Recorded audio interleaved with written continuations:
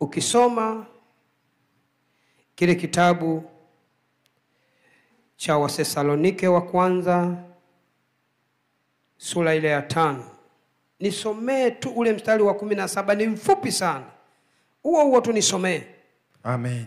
Neno la Mungu linasema, ombeni bila kukoma. Ombeni bila kukoma. Bila kuacha kuomba.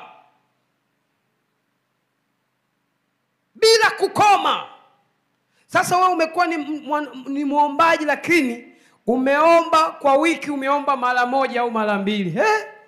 Ndugu yangu, yani wewe ni mkame kweli kweli. Yani kila siku unatakiwa uombe, kila siku. Ndio maana neno la Mungu linasema ombeni bila kukoma. Yesu alikuwa anawaambia, kitabu kile cha Luka sura ile ya 18 mstari wa 1,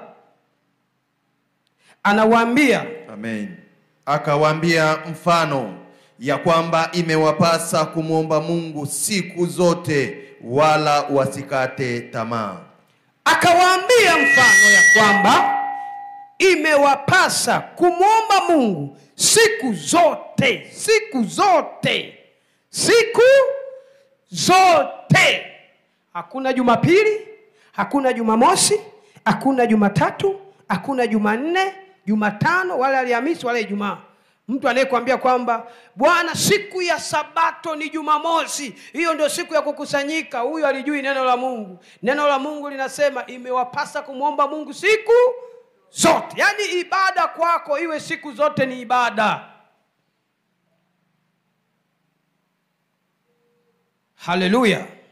Siku zote unapaswa kumwomba Mungu. Hapa tunakusanyika kuja kudhihirisha ibada mbele za Mungu, lakini ibada iko ndani yako. Ndio maana Roho Mtakatifu anakaa ndani yako. Usiishie kwamba nimeenda kumwabudu Mungu kanisani. Matendo yako pia yawe ibada. Ukitenda matendo ya shetani, umempa shetani ibada. Ukitenda matendo ya Mungu, umempa Mungu ibada kwa matendo yako. Sasa sio unatoka kanisani, ukienda nyumbani unakuwa mwongeaji wa kutosha, na neno la Mungu linasema wazi, umetegwa kwa maneno ya kinywa chako na umekamatwa kwa maneno ya kinywa. Palipo na uwingi wa maneno pana kukosea.